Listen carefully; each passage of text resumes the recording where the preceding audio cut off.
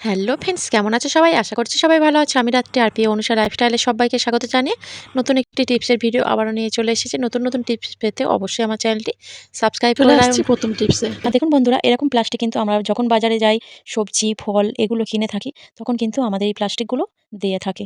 তো এটা এই প্লাস্টিকগুলো কিন্তু অনেক সময় দেখা যায় কি করি আমরা, অনেক সময় ফেলে দিই বা কোথাও নিয়ে গিয়ে একসাথে জড়ো করে কিন্তু প্লাস্টিকগুলো পুড়িয়ে দিই। কিন্তু এই প্লাস্টিকগুলো কিন্তু আমাদের অনেকটাই কাজে লাগে। আমরা এই প্লাস্টিকগুলো নিয়ে কি করে নিতে পারি?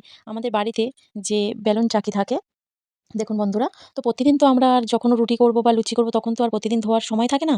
সংসারের প্রচুর কাজের জন্য কিন্তু আমরা এটা প্রতিদিন ধুইতেও পারি না। আর এটা যদি খোলা অবস্থায় আমরা রেখে দিই তখন কি হয়? আরশোলা, টিকটিকি, পোকামাকড় এটার যে বেলনটার গা দিয়ে বেয়ে যায়। আর এর ফলে কিন্তু আমরা যদি সেটা নিয়ে রুটি করি তখন কিন্তু অনেকটাই খারাপ, আর আমাদের শরীরও খারাপ হয়ে যেতে পারে। আর তার জন্য আমি কি করছি দেখুন, একটা পলিথিন নিয়ে নিয়েছি। নেওয়ার পর বেলুনটা ওর প্লাস্টিকের ভিতর দিয়ে আমি কি করছি দেখুন, একটা গার্ডার নিয়েছি, রবার ব্যান্ড নিয়েছি। নিয়ে কিন্তু আমি ভালো করে এইভাবে মুড়িয়ে দিচ্ছি।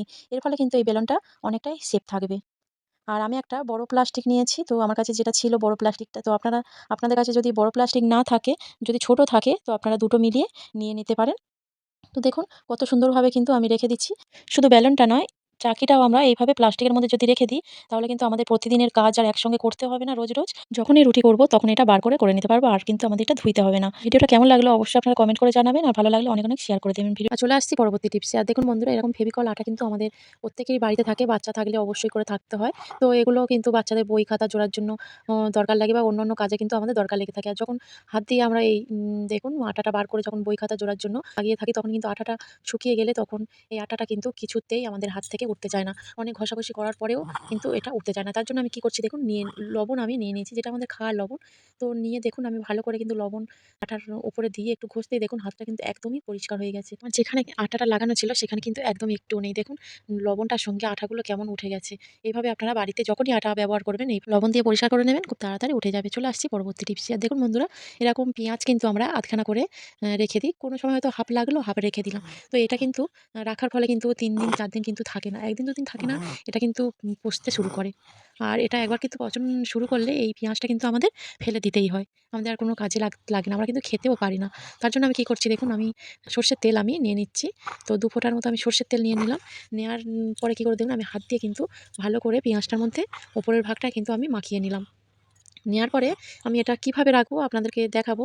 তো যেইভাবে রাখলে পেঁয়াজটা কিন্তু আমাদের ৪-৫ দিন ৬ দিন কিন্তু এমনি রাখলেও থাকবে। আর ফ্রিজের মধ্যে যদি আমরা রাখি, এই পেঁয়াজটা কিন্তু সপ্তাহ ২ থেকেই যাবে। তো আমি একটা প্লেট নিয়ে নিচ্ছি। তো আপনারা চাইলে কিন্তু প্লেটের বদলে কিন্তু আপনারা বাটির মধ্যেও রাখতে পারেন। যেকোনো কিছুতে এইভাবে যদি পেঁয়াজটা উপর করে রেখে দেন, তাহলে কিন্তু এইটার আর কোটিং পড়বে না, আর কোনো রকম কিন্তু পচনও ধরবে না। কেমন লাগলো টিপসটা অবশ্যই আপনারা কমেন্ট করে জানাবেন। চলে আসছি পরবর্তী টিপসে। আর দেখুন বন্ধুরা, লঙ্কা আমাদের কিন্তু যখন কাটতে যাই তখন কিন্তু একটা ভয় থেকে যায় যে হাত দিয়ে যখন আমরা লঙ্কা কাটি হাতে কিন্তু জ্বালা পোড়া, সারাক্ষণ কিন্তু জ্বালা করে। অনেকটা সময় যখন কাটলাম তখন হয়তো হলো না। তার একটু খানিকক্ষণ পরে কিন্তু আমাদের হাতটা জ্বালা শুরু করে দেয়। আর যদি জ্বালা শুরু করে একবার, তখন কিন্তু আর কোনো রকম কাজ আমাদের করতে ইচ্ছা করে না। আর আমি একটা নিয়ে নিয়েছি গ্লাস। অবশ্যই কিন্তু এরকম কানা ধার গ্লাস হতে হবে। তো কানা যেগুলো বর্ডার থাকে সেগুলো হলে হবে না।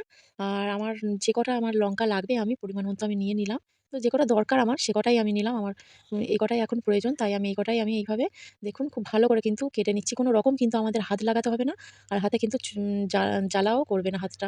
এইভাবে যদি আমরা গ্লাসের সাহায্যে এই লঙ্কাটা কেটে নিই, খুব তাড়াতাড়িও কিন্তু আমাদের অনেকগুলো লঙ্কা আমাদের কাটা হয়ে যাবে। দেখুন একদম কিন্তু ঝিরি কাটা হয়েছে। একদম বড় কাটা হয়নি। একদম কিন্তু ছোট করে কেটে নিয়েছি। কেমন লাগলো টিপসগুলো আপনাদের অবশ্যই আপনারা কমেন্ট করে জানাবেন। টিপসগুলো ভালো লাগলে অবশ্যই সাবস্ক্রাইব করে আমার পাশে চলে আসছি পরবর্তী টিপস। দেখুন বন্ধুরা, রসুন কিন্তু আমাদের প্রতিটা প্রায় রান্নায় লাগে। আর যখন আমাদের রসুন ছাড়াতে লাগে তখন কিন্তু অনেকটাই বিরক্তিকর লাগে। আর অনেক সময় কি হয়, আমাদের হাতের নখ থাকে না, হাতের নখগুলো কেটে দেওয়া হয়। আর এই রসুন যখন বেশি লাগে তখন কিন্তু আমাদের ছাড়াতে একটু হয়। হাতের কখনো দেখা যায় হাতের নখে কিন্তু রসুনের একটা বাজে গন্ধ থেকে যায়। অনেকটাই সময় লাগে আমাদের যখনই আমরা রসুনটা হাত দিয়ে এইভাবে শক্ত রসুনটা ছাড়াতে যাই। তার জন্য আমি কী করছি দেখুন বন্ধুরা, কিছুক্ষণ আমরা যদি রান্নার কিছুক্ষণ আগে আমরা রেখে দিই ফ্রিজের মধ্যে। আর আপনাদের যদি হাতে সময় না থাকে, অল্প সময় থাকে, অল্প সময়ের মধ্যে আপনারা কী করবেন, ডিপ ফ্রিজের মধ্যেও এইভাবে কিন্তু রেখে দিতে পারেন। কম সময়ে কিন্তু আমাদের রসুনটা একদমই নরম হয়ে যাবে। নরম হয়ে যাওয়ার ফলে কী হবে, যেহেতু ফ্রিজে রেখেছিলাম একটু নরমও হয়ে যাবে। নখে কিন্তু আমাদের কোনো রকম আর ব্যথাও লাগবে না। আর নখ আমাদের যেমনই থাক না, ছোট কিংবা বড়, কোনো রকম কিন্তু আমাদের অসুবিধা হবে না এই রসুনগুলো ছাড়াতে। খুব সহজেই দেখুন কতগুলো রসুন আমি একদম খুব তাড়াতাড়ি কিন্তু ছাড়িয়ে নিচ্ছি। নখ দিয়ে কিন্তু খুলতে হচ্ছে না, দেখুন নখ দিয়ে খোঁচাতে হচ্ছে না। খুব সহজেই কিন্তু আমরা ছাড়িয়ে নিতে পারছি এই রসুনগুলো। অবশ্যই বাড়িতে আপনারা এই টিপসটা অ্যাপ্লাই করবেন যখনই দেখবেন বেশি, বেশি রসুন আপনারা ছাড়াচ্ছেন। যে সকল বন্ধুরা আমার চ্যানেলে আগে থেকে সাবস্ক্রাইব করেছেন তাদেরকে অনেক, অনেক ধন্যবাদ, অনেক ভালোবাসা। যারা নতুন আসছো অবশ্যই চ্যানেলটি সাবস্ক্রাইব করে আমার পাশে থাকবেন। চলে আসছি পরবর্তী টিপসে। বন্ধুরা, জলই আমাদের জীবন। তো জল ছাড়া আমরা কিন্তু বাঁচতেই পারি না। তো আমাদের শরীরে জলের ঘাটতিটা দেখা যায়। জলের ঘাটতি কিভাবে বুঝতে পারবো যে আমাদের শরীরে জলটা কম আছে? দেখুন বন্ধুরা, আমাদের হাতে যেখানে আঙুল আছে, আঙুলের দেখুন এখানটায় আমি যেখানে করছি দেখুন, এইভাবে যদি আমরা চিপকে ধরি, চিপকানো দেখুন অনেকটাই সময় ধরে যদি আমরা দেখি এটা একইভাবে চিপকে এরকমইভাবে আছে, ওইভাবেই আছে, তাহলে আমরা বুঝবো যে আমাদের শরীরে জলের ঘাটতিটা অনেক। আমাদের কিন্তু সমানভাবে জল খেতে হবে যাতে না আমাদের শরীরটা খারাপ হয়। আর আমাদের শরীরে জল না থাকলে কিন্তু আমাদের শরীরটা অনেকটাই খারাপ হয়ে যায়। আর আমরা কিন্তু এইভাবে করে নিলে দেখতেই পাবো, যখন তখন এইভাবে যদি করে নিই তাহলে আমরা বুঝতেই পারবো যে আমাদের শরীরে কিন্তু জলের অনেকটাই প্রয়োজন আছে। জল সবসময় সমানভাবে খেতে হবে। অবশ্যই বাড়িতে কিন্তু এইভাবে আপনারা বেশি, বেশি করে জল খান। সুস্থ থাকবেন, ভালোও থাকবেন। চলে আসছি পরবর্তী টিপসে। আর দেখুন বন্ধুরা, আমি একটা দেশলাই বক্স নিয়ে নিয়েছি। এই বক্সটা কিন্তু রান্নাঘরে বা অন্য কোথাও আমাদের সবসময় কাজে লাগে।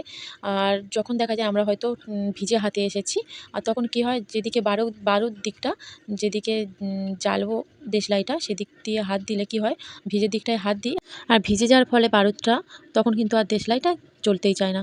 তাই আমি কি করছি দেখুন, আমি একটা পেন নিয়ে নিয়েছি। আর যেদিকটা বারুর দিক সেদিক দিয়েই আমি একটা পেন দিয়ে টিক মেরে নিলাম। দেখুন বন্ধুরা, এইভাবে যদি আমরা টিক মেরে নিই তাহলে কি হবে, যেদিকে বারুর দিকটা আমরা সেই দিকটায় না খুলে আমরা অন্য দিকটায় খুলে কিন্তু আমরা সহজেই দেশলাই কাঠিটা আমরা জ্বালিয়ে নিতে পারবো। অবশ্যই কিন্তু আপনারা বাড়িতে এই টিপসটা অ্যাপ্লাই করবেন। চলে আসছি পরবর্তী টিপসে। আর দেখুন বন্ধুরা, আমি একটা বাটিতে করে জল নিয়েছি। জলটা আমি খুব ভালো করে কিন্তু গরম করে নিচ্ছি, ফুটিয়ে নিচ্ছি। নেওয়ার পর আমি কী করছি দেখুন, আমি কলার খোসাগুলো এই গরম জলের মধ্যে দিয়ে দিলাম।